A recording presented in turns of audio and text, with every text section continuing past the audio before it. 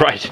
Resistors. So I've got some resistors gathered here today. This is a hot plate that I took apart, and you see it's just a piece of metal wrapped back, loop, loop, loop, loop, loop. These corners, it's just going back and turning around. So it's just a really long piece of metal, and you make a current go through it and it heats up. That's cool. This is a variable resistor. If you turn the knob that's on the front of it, then you can cause this connection to hit a different point, and therefore you're changing the effective length of this resistive wire that's coiled around in that direction in a cool torus shape. And there's what the knob looks like. You'll see these things on a lot of electronics. If you want to vary like the volume of your amplifier, then you use that. This is a nice visual tool for resistance. You can see as I slide this to different locations, I can change the amount of this coiled wire that is effective length to make the resistance what we need. Also, this is a fan connected to a resistor that glows red hot when you plug it in. It's kind of like a toaster with a fan on, and you might have these sorts of things mounted in your wall. Turn that on, and it gets really hot in the bathroom really quickly, and so your feet don't get cold. That's nice, right? But it is simply a wire. Oh, that's motor part. This shiny bit here is just motor part. It's just a wire, and when current goes through the wire heats up. Well, it's like friction, right? It's resistance to electrical current going through a thing. So while we're on current, I'll just tell you that the letter for current is I because of the eye of physics that's always watching the charges get through, and it's change in charge going through some area, well, charge going through an area divided by the time it takes for that charge to go. And the units of current are named after the Frenchman ampere, or as they might say ampere or something reasonable, but here we say amperes. And so some people call current amperage. You might find people who work in the electrical industry calling it amperage. We're going to use the word current in our class though. And then a really typical looking resistor looks like this. I don't know how well you can see this, but there are these cylinders and they have colored bands painted on them. These are very old ones, but modern ones would be a little bit smaller and maybe kind of look like a peanut or something. And then you have a wire coming out this side and a wire coming out this side, and they'll typically have 3, 4, 5 bands on them. And that indicates how much resistance the resistor has. And you could look that up somewhere else. I don't want to tell you about resistor codes. It's very useful information to have, and you'll need it for one of our labs, but I don't want to go into it. So what I want to tell you today is that the voltage across a resistor, and by that I mean take a voltmeter and hook it up here and here. Now you see, voltmeters are nice because they don't disturb a circuit. If I hook one up, then all the current will continue going through. If there's a current, let's say there's a current this way, all the current will continue going through the resistor and it won't know the voltmeter is there. So I guess that means the voltmeter has an awful lot of resistance. An ideal voltmeter, in fact, has resistance that's infinite. So if you just hook up a voltmeter to a battery, no current at all will go through the voltmeter. Of course, that's not realistic. You can't get a reading unless you disturb the system itself. Ooh, quantum mechanics hint again. But I'm going to say that if there's a voltage between here and here, the current going through the resistor is given by this equation. A really awesome equation. This is Ohm's law. It's also the Latin spelling for the word man, so you might remember it like that if you take Latin. And you can, well, you know the units of volts are volts. Hey, handy. So that's units of volts. Units of current is amps or amperes. And the unit of resistance, well, that sucker is measured in ohms. So this is the last letter of the Greek alphabet in capital. We've seen it already in lowercase, but we're not going to be using it like that here. It is omega. And that is, well, let's see, if we could solve for what an ohm is, I guess an ohm is going to be a volt divided by an amp. So it's 1 volt divided by 1 amp. I want you to understand V as IR like this. The voltage across a resistor is equal to the current going through it times the resistance of the resistor. So if I have a given battery, let's say I hook up a battery like this, and I hook it up to a resistor, and I tell you that the battery is 5 volts. Not very common, but we can imagine it, right? No, let's go to a 9 volt battery. That's a lot more common. I hook up a 9 volt battery, and this is a, let's say that it's a 1 ohm resistor. What is the current that goes through that resistor? Well, it's just going to be V over R, right? Cool. So what's the current? 9 what? 9 amps of current going through this resistor. And I should also point out which way this current's going. It's going that direction. Wow, we have a very Irish lecture today. Look at all the color that we're doing. That's all we're going to do. Okay. And there's one more concept I want to discuss. I'm going to kind of go into this idea of resistance a little bit more detail. If you're looking at resistance in really great detail, you can think about the things that give a resistor its resistance. Like if a resistor is modeled as a cylinder of metal, then do you think making that cylinder of metal longer would increase the resistance or decrease the resistance? Decrease. Making it longer, you think that will decrease the resistance? What do you guys think? Increase. I think it probably increased. Check this out. If it's longer, then the electricity has further to go, and so it will be more difficult for the electricity to get through there. So I'm thinking the resistance probably goes up as L goes up, so I'm going to put it on top of this equation here. What about if I label this cross-sectional area? If this area is A, do you think as the wire gets bigger that I'll have more resistance or less resistance for electricity going through it that way? If the area gets wider, then there'll be more mass to the resistor, won't it? More mass to the resistor, I agree, sure. I think it would be less resistance. What do you mean, why?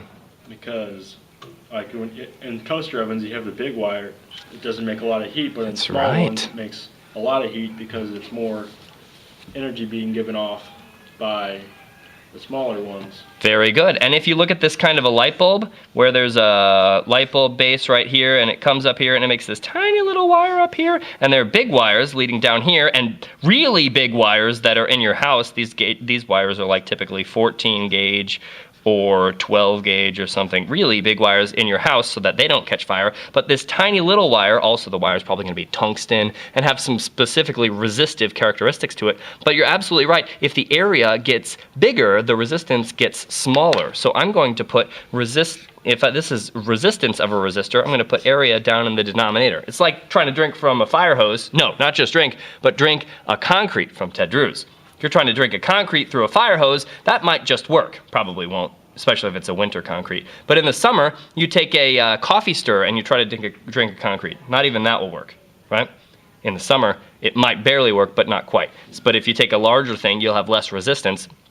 And that analogy with water flow, again, we're back to the analogy with water flow, is much easier to understand why a larger area is going to decrease your resistance. It's also, you can sort of look at it like opening up more lanes on the highway. If you've got a larger path through which the electricity can travel, then more of it will be able to more easily travel. I want to define one constant right here, and that's going to be rho, not a density, but a resistivity.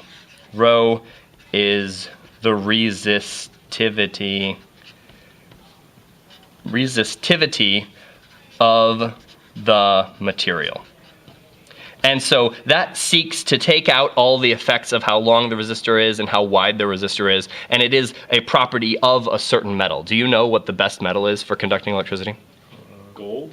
Gold is not.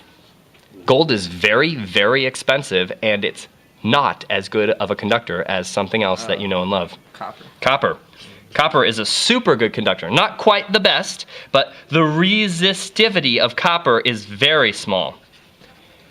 There's one metal that's slightly better at conducting electricity, and that's silver.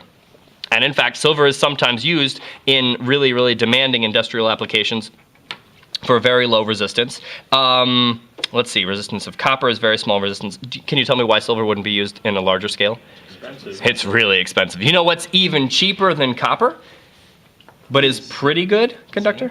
Zinc. Yeah, it's cheaper than copper. I think we make pennies out of zinc. Yeah. Super cheap. But even cheaper than copper and cheaper than zinc, aluminum. Aluminum is not a very good conductor, but it's fantastically cheap, and it's really, really abundant, and it's rather light, right? So that's why aluminum might be used. But the problem is, for a given area and length of aluminum, you've got bigger resistance, because this is bigger for aluminum. So what you do if you're making an aluminum wire to replace a copper wire is you make it wider. So you'd use a larger wire to replace a copper wire if you're using an aluminum wire. You've seen gold contacts on fancy things, right? A nice headphone jack's probably gonna be made of gold. The contacts on your Nintendo cartridge from 1985, those are made of gold. The reason that contacts, things that plug into other things, are made of gold is because gold doesn't, what? Corrode? It doesn't corrode. Beautiful. But copper is gonna get all nasty green mess, like Statue of Liberty, all that stuff, right? So that's not very good. But what you want is a material, you wanna put a good conductor on the inside and then just plate it with gold. Also, gold's really cheap if you just plate things with it. So that's handy. And finally, silver is the best conductor. We talked about that already. Sorry. So this depends on temperature. How do you think that the resistivity depends on temperature?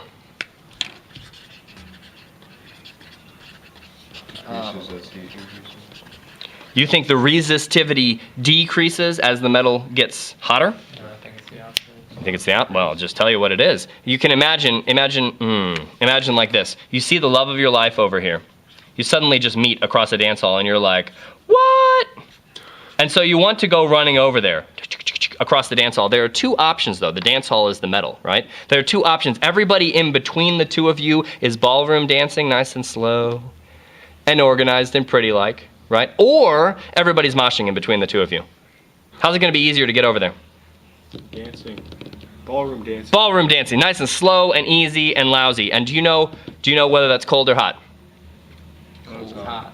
Oh, that's cold. It's cold. And when everyone is moving slowly, that's when it's cold. Psh, you move over there. So they were doing some really cool experiments, and they found that if they were making a graph of resistivity as a function of temperature, they were getting less and less and less resistance, and then suddenly, well, it appeared to go to 0. It's hard to measure resistance of 0 though, because that means that you're trying to measure a voltage of 0, because V is IR, right?